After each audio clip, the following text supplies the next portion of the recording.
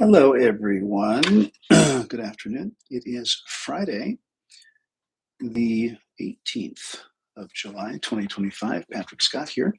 If you're YouTube, I almost said your YouTube live, which is a different thing. So, welcome. Josh was here. Hi, everyone. Mahalo and happy Friday. So today, I have several missions on the planet.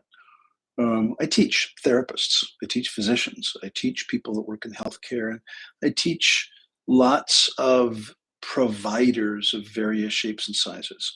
And I've been doing that for a really long time, coming up on 40 years. Well, maybe not teaching for 40 years, but I've been doing this for a long time. And there is a pervasive pattern among certainly healthcare professionals, but increasingly what I'm seeing is that life is different than it was even 20 years ago. Do you realize that 20 years ago was 2005? That's sobering. 2005. Now, some of you go, yeah, 2005 is ancient history. My gosh. But for those of us of some age and some generation, it's weird to say that 20 years ago was 2005. 30 years ago was 1995.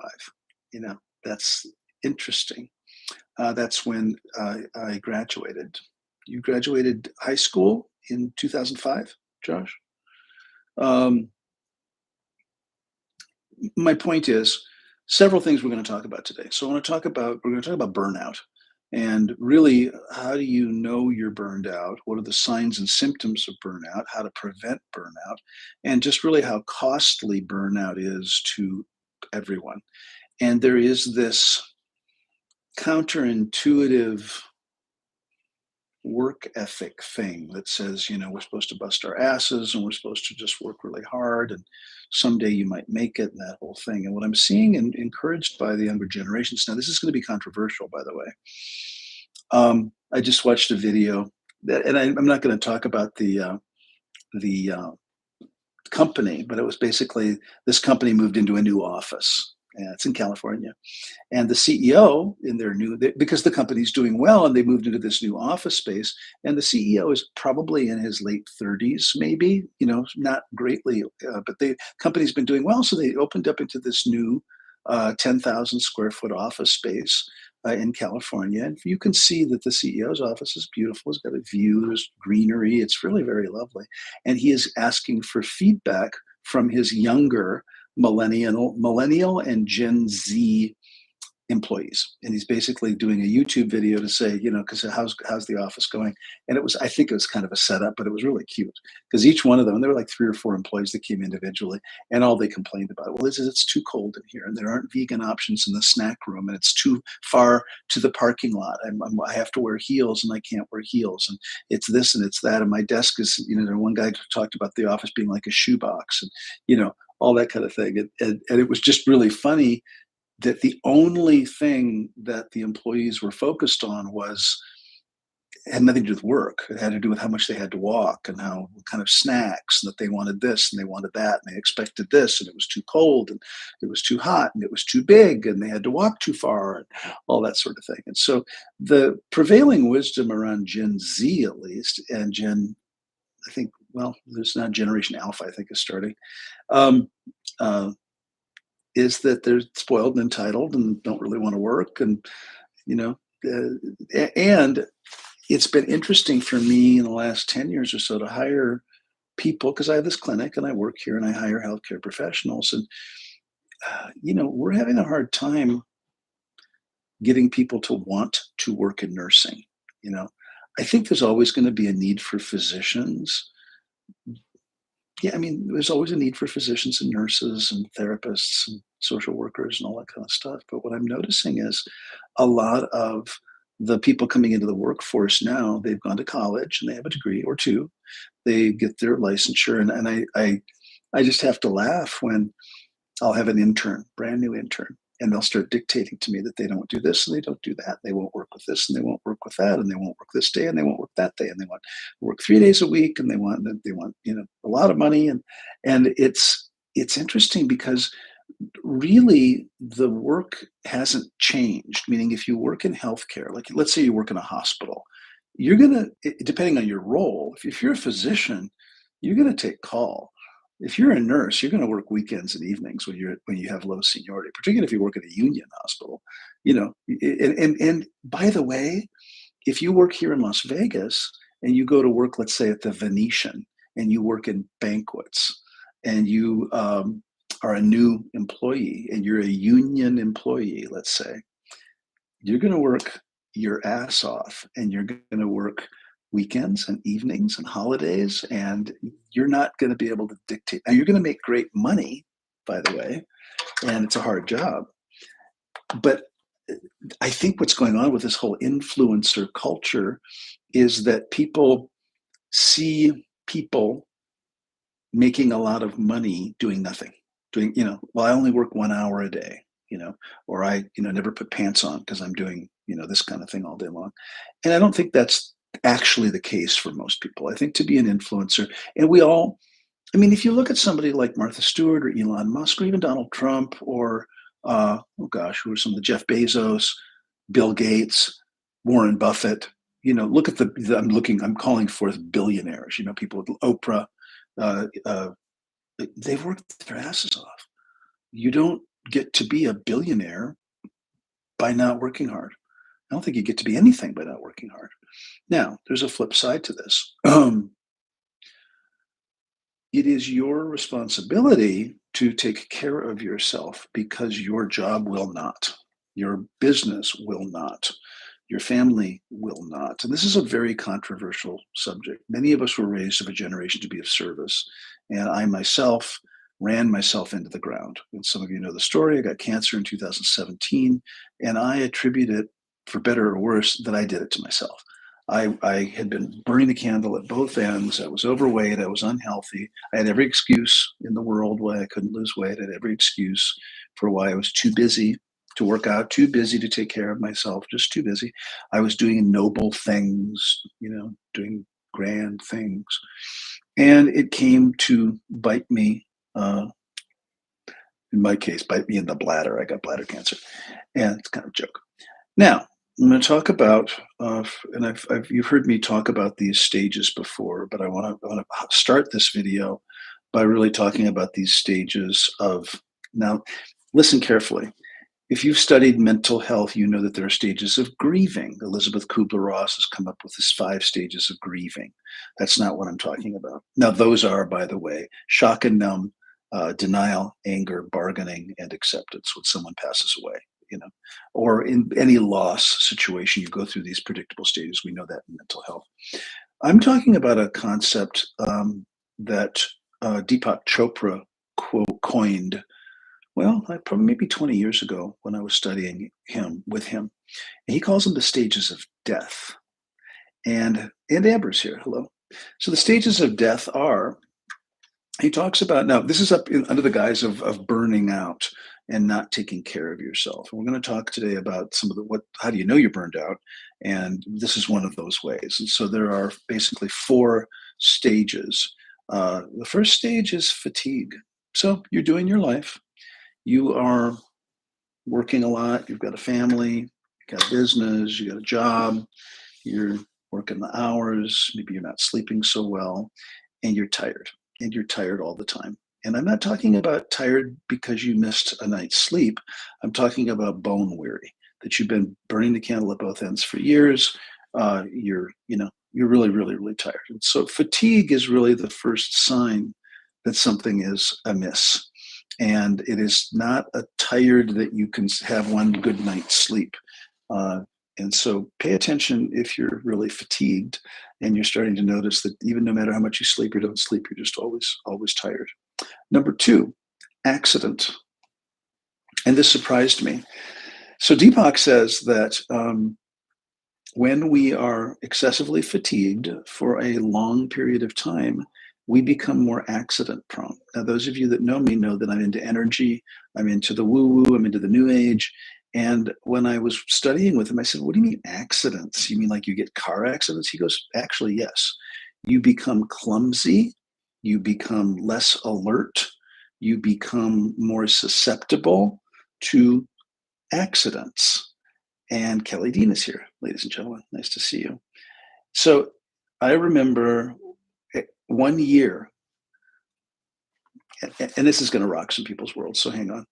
1 year I got rear-ended 3 times. It was not my fault at all. I'm just sitting at a stoplight. Somebody rear-ended me 3 times in 1 year, and it was the year I got cancer. It was 2017, and recalling Deepak's this model that after being so tired for so long, you start becoming accident prone. I figured you drop things, you stumble, you stub your toe, you break your leg, you hit your head, you do something that because you're tired and because you're clumsy. He said that's true. And the flip side is also you are susceptible and attracting more accidents. And so he would say about my 3 rear ending experiences that particular year was that I was attracting those. Now, whether you believe that or not, it was a theme. Haven't had a rear end since and didn't have any rear ends before, so to speak. But during that year that I got cancer, I was rear ended, not my fault, 3 different times. So, number 2 is that you become more accident prone. You make stupid mistakes, driving mistakes, cooking mistakes. You're stubbing things, you're breaking things, you're burning yourself. You know, now another thing that I did during that time in 2015 was I went skiing and didn't wear a helmet and had a ski accident. Bad one, a bad one. And that would be an example of, my son was saying, you better get a helmet. And I was like, I don't need a helmet. I've been skiing my whole life. Don't worry. At first run of the day, landed on my head, bad head injury, traumatic brain injury. And some could argue that my wisdom had left the building. I was not firing on all cylinders. And so that already after years of fatigue and being tired and working too much, I was starting to have more and more accidents. And that certainly was true. So then Deepak says the third stage is disease. Now, he divides disease into 2 categories. The first stage of disease or illness in these stages of death really has to do with immune suppression. And so if you are burning the candle at both ends and working too much and taking on too many things and trying to save the world and not taking care of yourself, you can expect to catch every flu, every bug, every COVID, every cold, that kind of thing. Now, that left unchecked for years can evolve into autoimmune disorders like lupus, like chronic fatigue, like fibromyalgia, like other kinds of autoimmune disorders. Again, left untreated for years and decades, can evolve into MS, can evolve into all sorts of different things that are really bad. And so and again, I keep repeating it. Once you're so tired for so long because you're working so much, then you start to be accident prone. Then you start to pick up every cold, every flu, every bug that circles around. And then ultimately, he says the second half of the disease process is things like cancer, like, severe life-threatening illnesses. If the accidents don't kill you first, then you can attract and develop really, really bad life-threatening diseases. And then, of course, he says the fourth stage is death, where you just ultimately die. And I'm not making light of this, but I do want to call forth the urgency that when you're young, if you're in your 20s, you feel pretty bulletproof and you feel like you're very resilient and you can handle everything. But as you reflect, I'd like you to just take a moment now to reflect on the last 5 years of your life in terms of your productivity, your working, maybe you started a business, maybe you're having a family. The case I'm going to make today is that it is your job to take care of yourself, even though you have all these constituents out there that are vying for your time and vying for your attention. Only you can set the boundary. Now, I can hear many of you go, but I can't. You don't understand. I can't. I get it. I've been there. And in my case, my life and my body handled it.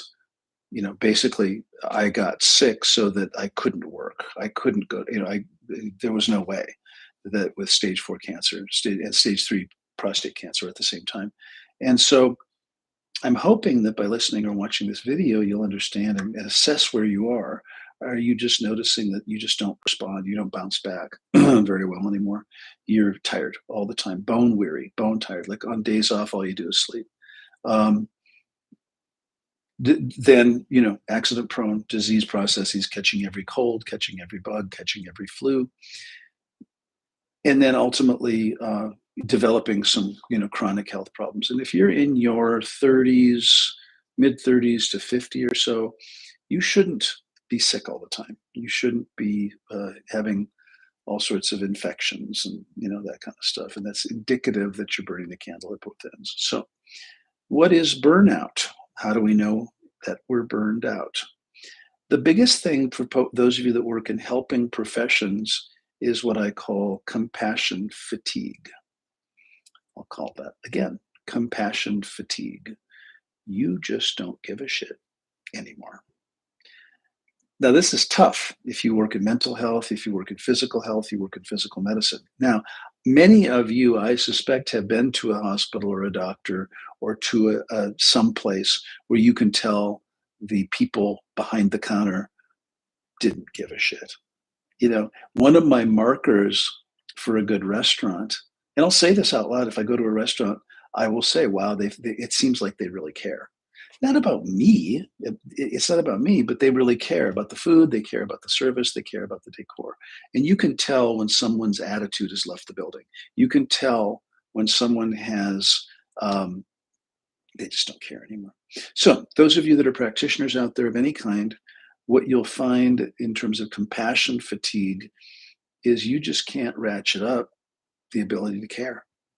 Now, you're not angry at them. You're still going through the motions, by the way. You're still seeing your clients. You're still seeing your patients. You're still doing, one foot in front of the other, showing up at work. But you're finding that your motivation is gone because you're exhausted. You're taking more sick time because you're exhausted and you're catching every bug that flows around. You don't care about the drama at the workplace anymore. I'm going to talk a little bit also today about retirement and about transitioning and moving from one career to the next, and I'll get to that in a minute. For now, I want you to self-evaluate and look at what's the quality of your attention. Now, there's a variety of reasons why you could be bored at work. You just may have beat it to death and you're just not interested in it anymore. But if you are in a helping profession and somebody, my cliche is the crusty old ER nurse, been an ER nurse for 30 years, seeing everything, older and just kind of cranky and grumpy, and nothing phases them, and they may have a heart of gold, but they're so burned out that they just can't care anymore. And so I'd like you to evaluate where you are in life in terms of caring. And if you find yourself kind of rolling your eyes at the latest drama, the latest intrigue in the workplace, the latest firing, the latest hiring, the latest budget crisis, the latest staffing shortage, the latest, forgive me, administration, the latest budget cuts, the latest, on and on and on. And if you find yourself just kind of rolling your eyes and going, so what? Who cares? What's new? And that you just find that you can't muster or ratchet up any motivation or any oomph to care about this, that, or the other thing. Pay attention, because it might indicate that you're burned out, that you're actually burned out, because that's the first thing to go, right? Certainly up against the stages of death, you may be making mistakes at work depending on your job, but ultimately when you hit that wall where you realize not only do you not want to go to work, you dread it, right? You're not doing it as great of a job as you could, and you don't care. Your people that you're working with and for, customers, clients, patients, coworkers, whoever it is, that you just don't care. Apathy. That's the greatest indicator that you're burned out, is apathy. You just don't give a shit. You can't give a shit. You're so tired. You're so over it. You can't anymore. And so that's the first sign of burnout. Other signs of burnout, are certainly increased sick time and increased absences and all that sort of thing. And I am going to talk today about what to do about it and how to monitor it. There are lots of jobs out there. There's lots of things that you can do. And again, I understand that this is tough and tough times and all that stuff. But I firmly believe that if you're in the position now where you're just so burned out and you're so tired that you could either take a break, take a leave of absence, use FMLA, get some space, change your schedule, change your job title, change your role, change jobs, go to a different place. And I know all that's really scary. I totally get it. I want to introduce you to a model that may help you navigate these waters, and I call it the do loop. Most people that follow me are compassionate, loving caregivers of some sort, providers, doctors, nurses, various complementary and alternative healing practitioners. And so I know I'm preaching to the choir here. We've mentioned that the chief emotion around burnout is apathy. The second most commonly occurring emotion around burnout is resentment. Resentment. Now, how this shows up is you are doing things for people that they can and should be doing for themselves. Now, I call it the do loop, and it goes something like this. You are a wonderfully loving and supportive coworker. You help people, you bring donuts. Pink Box we had this week. Those are good donuts. Yesterday at the VAIOP, we had the potluck and somebody brought pancit palabok, which is a Filipino dish of noodles. Unbelievable. And so, God, I got distracted by food. Where was I going? Oh, so you're a loving coworker and somebody asks you to cover for them. Somebody asks you to pick up some shifts for them. Somebody asks you to do what they should be doing. Now, the first time you're okay to do it. You're a team player. It's all for the team. I'm hoping you're going to return the favor sometime. You got to be late. I'll cover your patients. I'll cover your shift. I'll cover this. I'll cover that. And the first few times, even, it's not a big deal. But what happens is that same person invariably is always late or always taking off, and I'm being only a little exaggerating here, that the pattern develops where you are not only for that one person, but for everybody in the department. You're the one that's always there. You're always one that picks up the shifts. You're always the one that covers for the people who are late. You're always the one that covers. You are the champion, and you can be relied on because that's just your work ethic, and you really believe that you should support other people. Now, this is important. Listen carefully. Many of us are in lives of service, that what we do is serve. We serve. And I don't mean serve me. You can be a waiter or a waitress, but I mean if you're in the military or if you're a doctor or a nurse or a healthcare provider, whatever you do, you are leading a life of service, and that you serve. I don't mean serve like subservient, like you're a servant, but I mean you don't mind helping others. You have made it a career. Now, the hallmark of what I call do for. Now, remember, do for is this pattern of doing things for others that they could and should be doing for themselves. I am not talking about tying a 2-year-old shoe. I'm talking about tying a 12-year-old's shoe.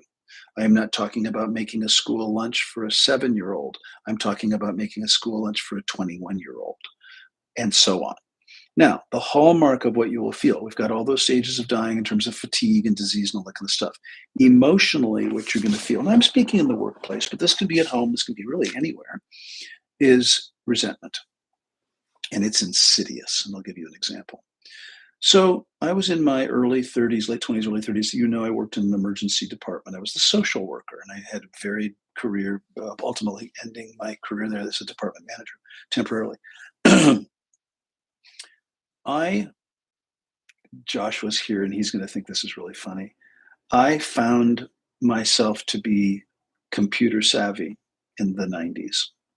I was cutting edge, man. I had a 286 motherboard, then I had a 386 motherboard, and then I had a 486. And I was just really into computers, and I loved computers, and I loved tinkering. I don't think he even knows this.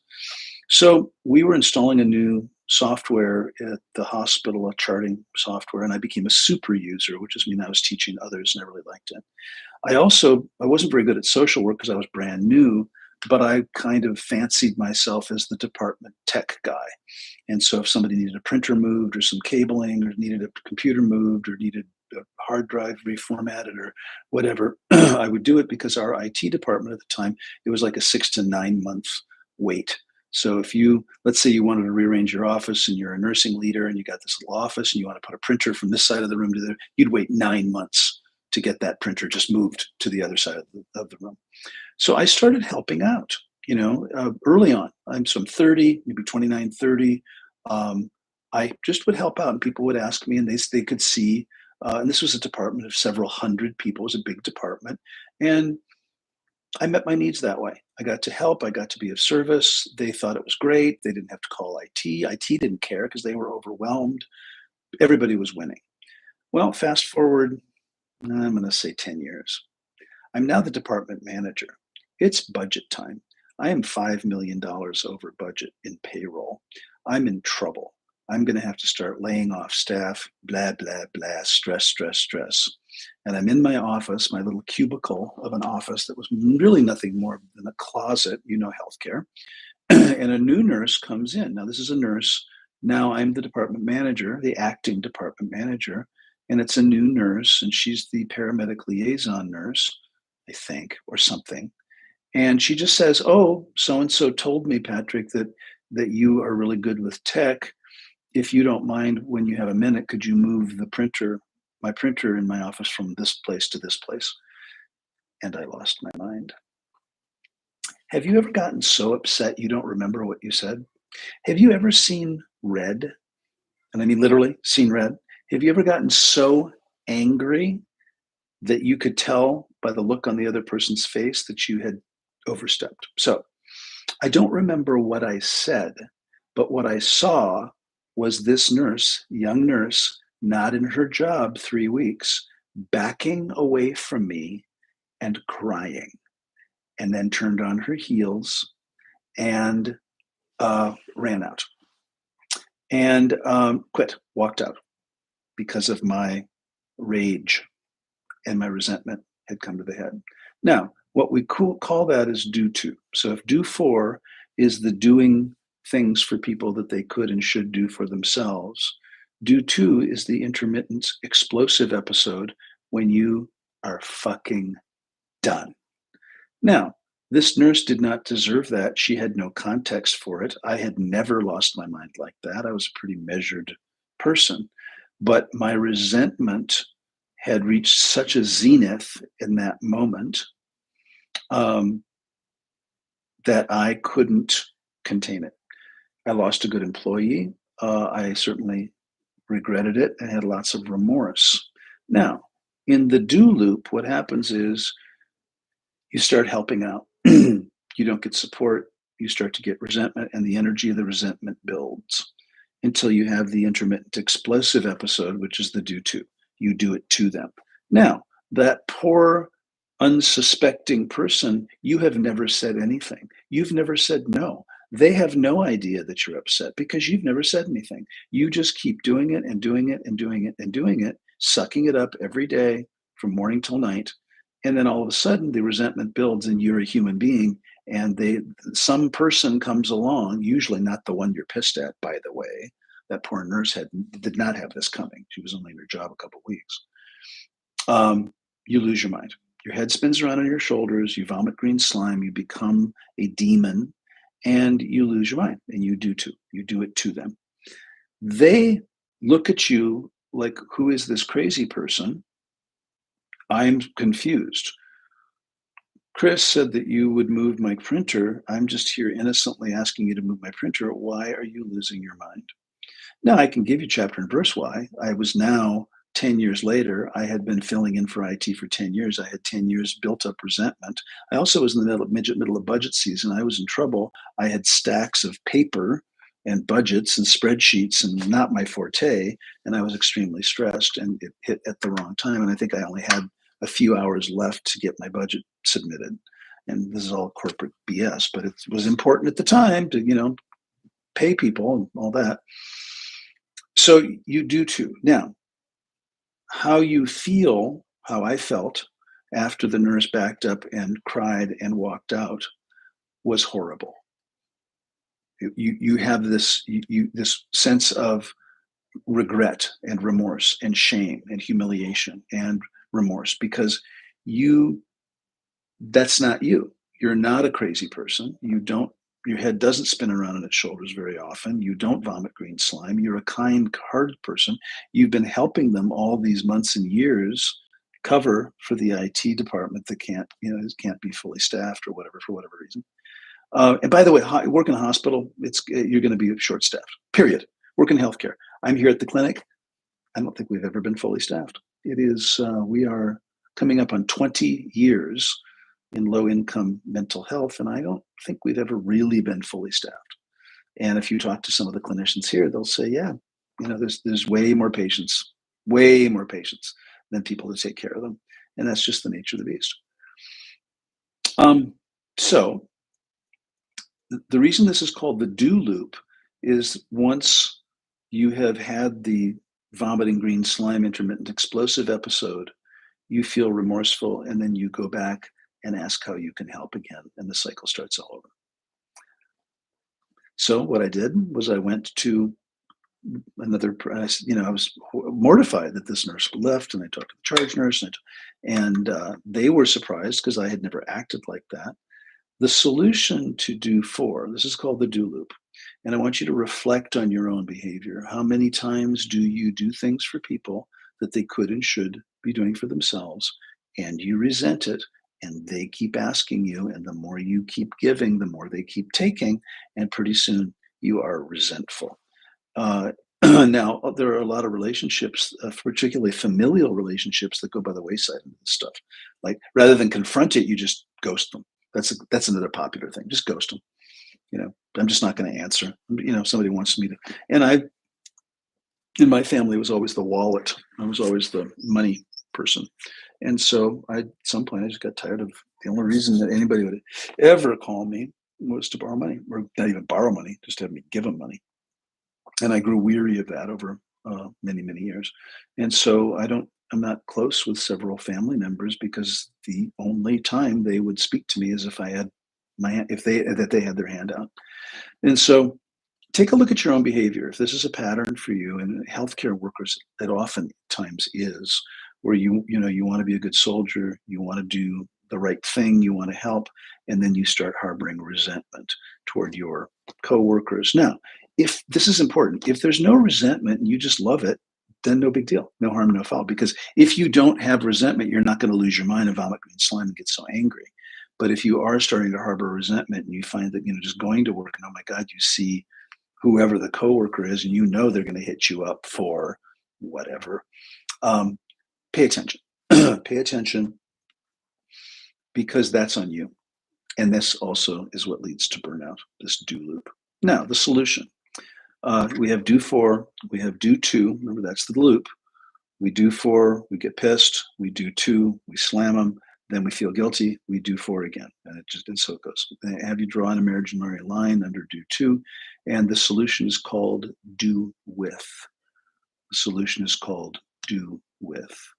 Do with means you partner with whoever you're working with to teach them how to do what they've been asking you to do, or to collaborate with them to get a better outcome and a better result. And I know this sounds very antiseptic and pie in the sky, but it's really possible, and I'll give you the example. So I don't know if I was in trouble, because it's so interesting. I think people were so surprised by my behavior. Now, bear in mind, I'm an acting department manager of a nursing unit in a hospital. I'm not a vice president. I'm not a CEO. I'm a low-level manager.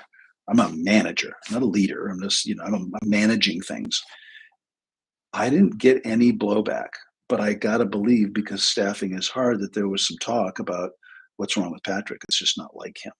So some of my co-leaders, nurses and others came, physicians, medical director, came, and I don't think it was under the guise of this, but it was basically, how can we work with the IT department in this hospital so that we're not waiting 9 months to a year?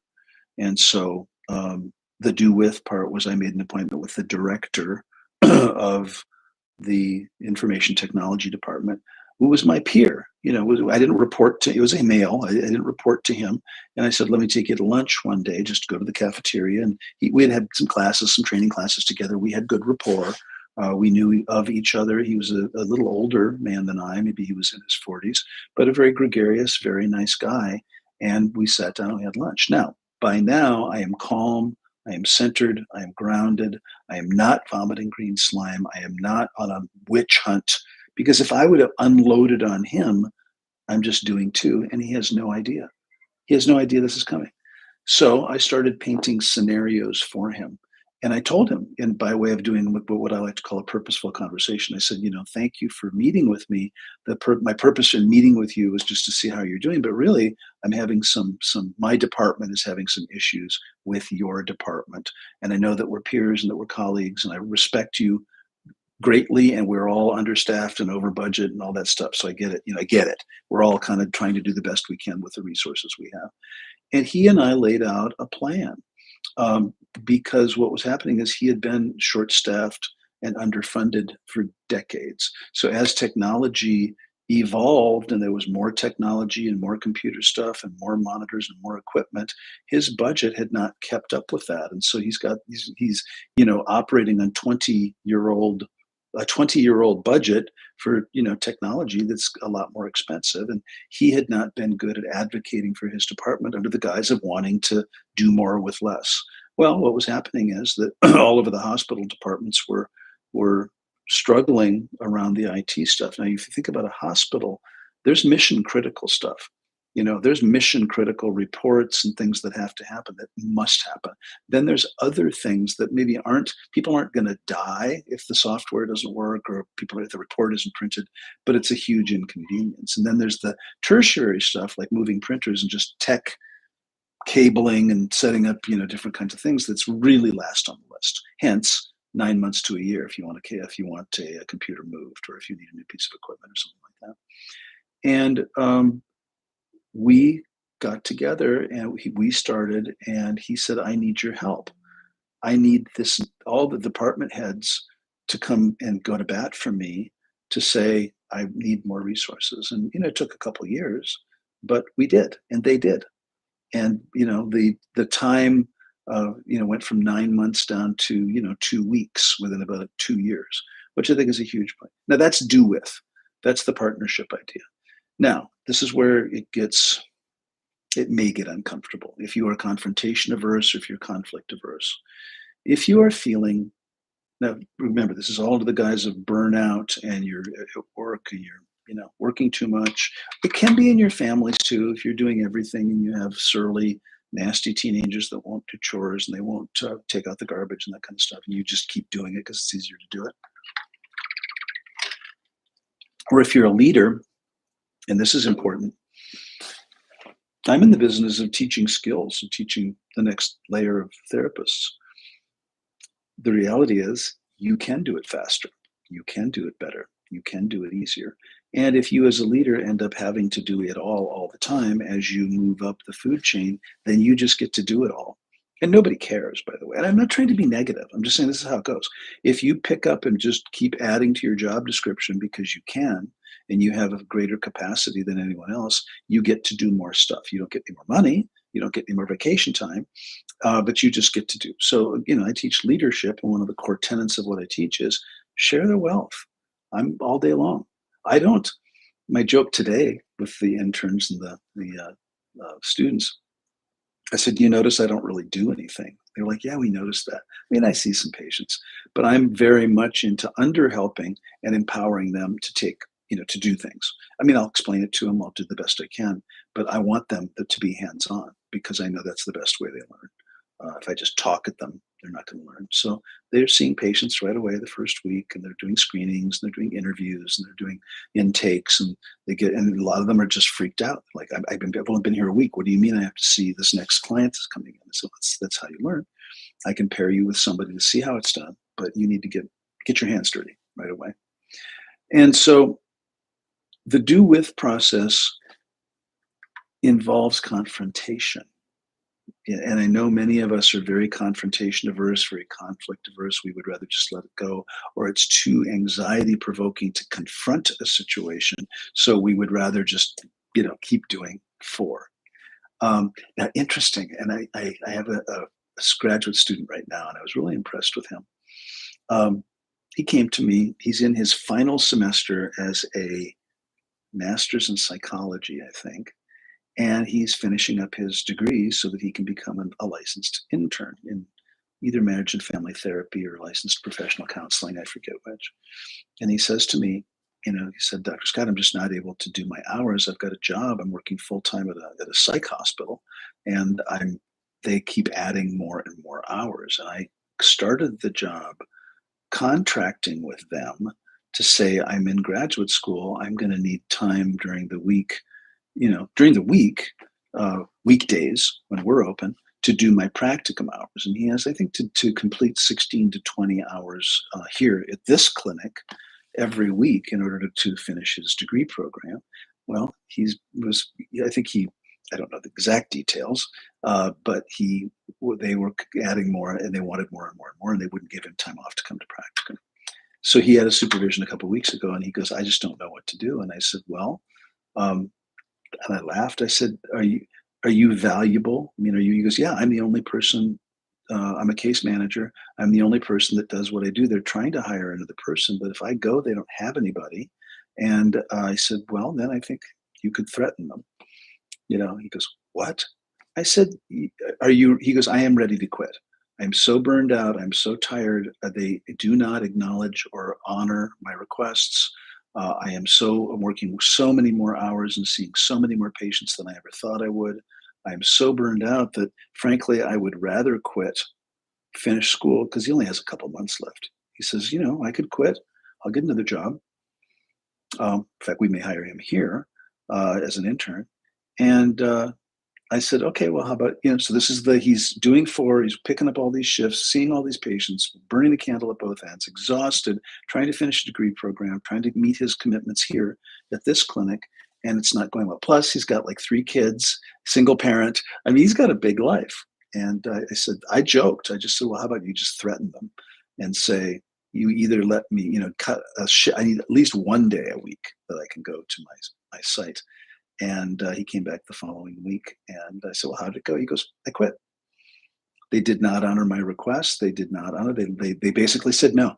They basically said, we need you here, 6 days a week, 7 days a week, 100 hours a week." I'm exaggerating slightly, but they were unwilling to let him to work with him to come to his practicum site, which is here at Heads Up, and he quit. And I was kind of proud of him. And now the consequence to that hospital is they get to find somebody else to do this. And oftentimes in healthcare, understand the norm is short staffing. The norm is trying to do more with less. The norm is budget cuts. And so even if we talk about the big, beautiful bill and all the budget cuts, any of us that have worked in public services for any length of time, it's just the next round of budget cuts. It's just, and I've got a lot of folks coming and say, what's going to happen to Medicaid? What's going to happen to Medicare? What's going to happen to our VA population? And I'm old enough to know that things go in cycles and rhythms, and I just will ride the wave and we will figure this out. I doubt that we're going to close. It would be really, we have 30,000 active patients. It would be unfortunate if, the government cut the budgets so much that we couldn't serve the population of poor, homeless, indigent, huddled masses, if you will. So that's the do loop. I would encourage you to consider now where you are resentful, where you either have had an intermittent explosive episode or you're about to if you don't get some relief, and go have a conversation with that person. It doesn't have to be contentious. Now, I do recommend that when you have the conversation, you are calm. It goes better if you are calm. And so you do not have the conversation, do not put it in text, do not put it in email. I mean, you may compose an email or compose some notes about what's going on. In my case, I asked my student, I said, did you get upset? He goes, I really didn't. After our conversation in supervision, he goes, I just figured I knew what I had to do. And I was going to give it one more shot because it's been 3 or 4 months of me saying, look, I can't work 7 days a week. I can't work 6 days a week. I need to have some time to do my graduate program. And they just basically refused. Basically said, no, you're here. You're going to work when we tell you to work, and you don't have a choice. And he said, when I finally got to having that conversation, I was pretty peaceful about it because I was okay with any outcome. I had no agenda. My agenda was I'm just not going to be working 7 days a week, and I'm going to have to finish this graduate program at Heads Up. And so he was very, very peaceful. I had met with him just last hour before this live, and he's doing great. And he feels like and he only has a couple months left of his degree program. He's going to finish that, and he'll get a job. That's the other beautiful part about working in healthcare. You get a job right away. You get a job right away. So that's the deal about burnout. Now, let's talk about meeting your needs. No one can do this for you, and you are absolutely righteously justified in blaming everyone and everything else for how hard it is. You are put upon to work all this and do all this, and people do come to you and they do rely on you. Unfortunately, they don't live in your body. They don't know what you're going through. And so you can play the victim or the martyr all you want, about nobody knows the troubles I've seen and you have no idea how hard it is. You're right. They don't. And at the risk of sounding crass, they don't care. They want the body there. They need the job done. They have needs. The business has needs. The patients have needs. And you are not as important. And so even here at Heads Up, we have a hierarchy of import. And this may rock some world. In our world here in mental health, the patient comes first. The patient care and the ethics around patient care and the safety around patient care and the quality of treatment for the patients comes first. And so when faced with a dichotomy or a dilemma about a staff member, the physical organization, the budget, or a patient, the patient comes first. And that's the way it has to be. We are in a healthcare environment. We take care of patients. So when there's example would be students, interns, residents, whatever, come to me and say, well, gee, I'd like to take some time off. All of a sudden, next week I've got to take some time off. I said, well, what's going on with your caseload? What's going on with your patients? Oh, I don't know. I just need the time off. So I just need it. Well, who's going to cover for you? Well, I don't know. Well, that's not okay. You've got to find, here I am now as the employer saying, sorry, you either find someone to cover, you transition your patients out, you let them know you're going to have to be gone for a while, which is totally fine. People take vacations. That's not the big deal. But it is not okay abruptly. Think about it. You go to your doctor, and let's say the morning of your doctor's appointment that's really urgent, they call and say, Dr. Smith just didn't want to come in. He's playing golf today. He just didn't feel like coming in today. Same thing here. Anything can be handled if it's done proactively.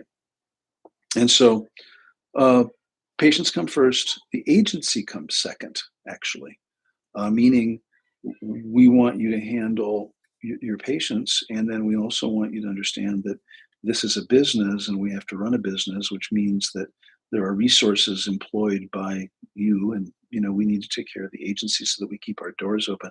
And then thirdly is the staff member. And I remember even saying that to a group of Gen Z, people just going, well, that's so convoluted. Your employees should come first. And I said, well, it would be nice if they could, but in this paradigm, they can't. Who comes first is the patient, not because of the money or anything. It's just that we're dealing with people's lives. We're dealing with people's lives who are in a vulnerable population. And so we start there. And then we make sure that the agency is whole and made whole. And then the staff member. And anything, like I said, can be, if it's planned for, anybody can take time off at any time that they want to. We just all can't be off at the same time, like that. So take a look at your level of burnout. Remember that burnout starts with apathy, where you just, compassion fatigue, you just find that you can't. I do want to talk about career transitions, and then we'll conclude for today. I have a friend who is 10 months, as he reminds me, 10 months, count them 10, from retirement. And he is counting maybe not literally counting the days, but he is chomping at the bit. He is so overworking. He is so over his job. He is so done. And he has what I like to call senioritis. So if when you were in high school and it was the last semester and you were going to graduate, senioritis. Hated it, hated going to school, couldn't wait to get done. And then just duplicate that with every job you've ever had, every degree program you've ever been in, every college, every university, every school, every volunteer opportunity, every project. We humans love variety and we love novelty. And so I would imagine senioritis last semester, you're itching to get out. Go to college, same thing. Senioritis at the end of every year. Oh, the summer's coming up. The end of the 4-year degree. Oh, can't, I'm just got senioritis. The jobs. You know you're going to change jobs. You know that you're either getting a promotion or you're going to move to a different location or whatever, and the existing job becomes painful. You know that I worked in the restaurant business, and the last year when I was transitioning into being a social worker and starting to go to school to be a social worker, going to the restaurant and working in the restaurant was, I'm going to use the word excruciating. It was painful. I hated it. I did not love my life. I did not want to go and serve people and pour wine and be up all night and all that stuff. Similarly, when I was in the ER, loved it. It was new. 10 years later, now I'm the burned out department manager. I have a new job that's courting me in corporate training where you get to travel. And that's when I started working at HBO and all this stuff. And I couldn't stand the ER. I couldn't. If I saw another drunk homeless person, I was gonna die, and so on. And then I did the corporate training thing for 13 years, and in the last year of that, I abruptly quit that job. Literally sat up in bed one day. It was like, that's it. I am fucking done. Quit that job. 13 years, right? Fucking done. And so on. And so look at where you are in your career. Look at where you are in terms of your families. Um, we love novelty. Now you can translate this actually, your kid is 18 and they maybe need to move out and you're kind of done taking care of them. Look at that. I've got the 21-year-old grandnephew, who didn't make an appearance at the 4th of July. That seems weird to me. We'll see how he does. Is he going to go into the world? We don't know. So take a look at that. Your resentment is yours. Sorry. Oftentimes people don't know that you're resentful because you're so good at acting. You're so good at just doing everything for everybody else and handling it. And you know the drill. If you just are the kind of person that handles it, you get to handle everything. If you're a busy person that helps others, you are the one that gets to do everything. So that's the do loop. That's burnout. Hoping that was helpful. Coming up, we got some stuff on the calendar. If you're interested, we have an STFU class, which means exactly what you think it means. It's a psychic development class. Many of you have taken it. It's coming up on July 26th and 27th. It's a virtual only class.